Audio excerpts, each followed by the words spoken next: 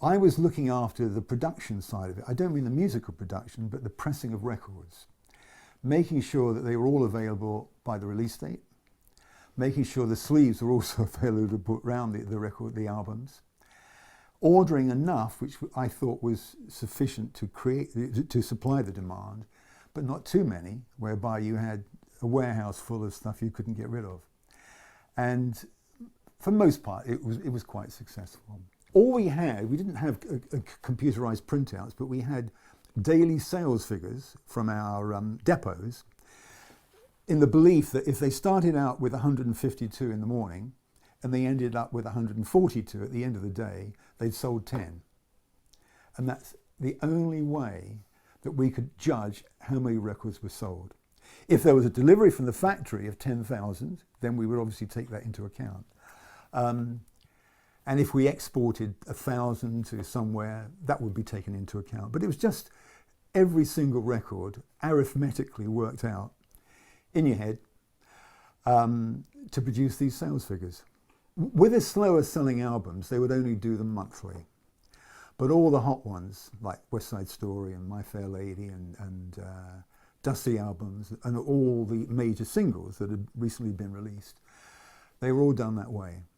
And there were wholesalers in there those days around the country, and they would take a chunk. So you'd suddenly be selling 500 a day, and one day it would be 1,500 because Appletons in Leeds had taken 1,000 or whatever.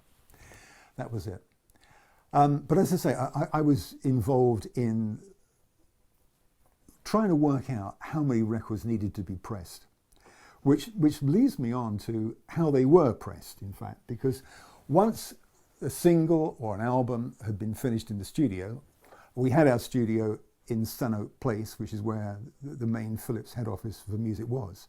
So the open reel tapes would go off to our pressing plant, our cutting centre, which happened to be in East London.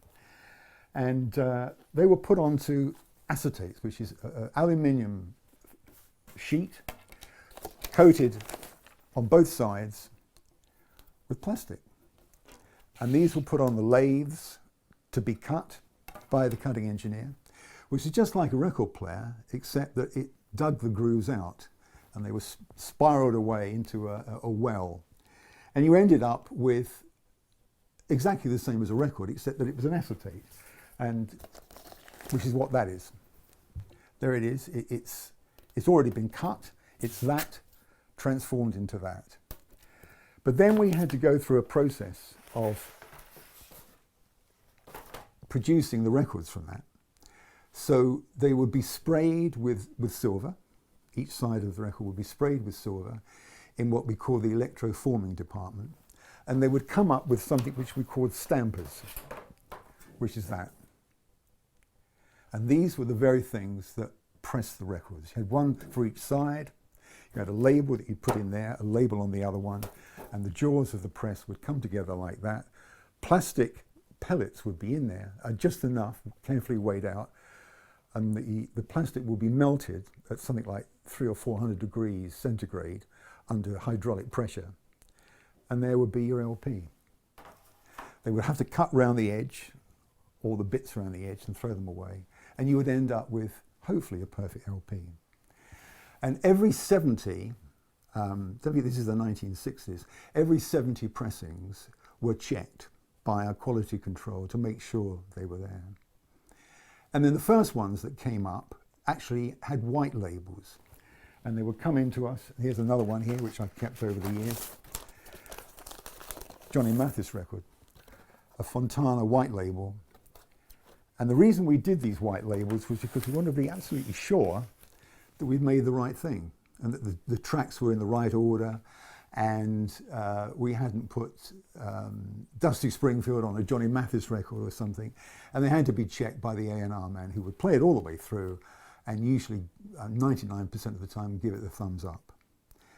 A little later on, there was a slightly different way of doing singles, in as much as instead of having the jaws come down and press the records, they were injection molded. The only trouble with that, they didn't have any paper labels.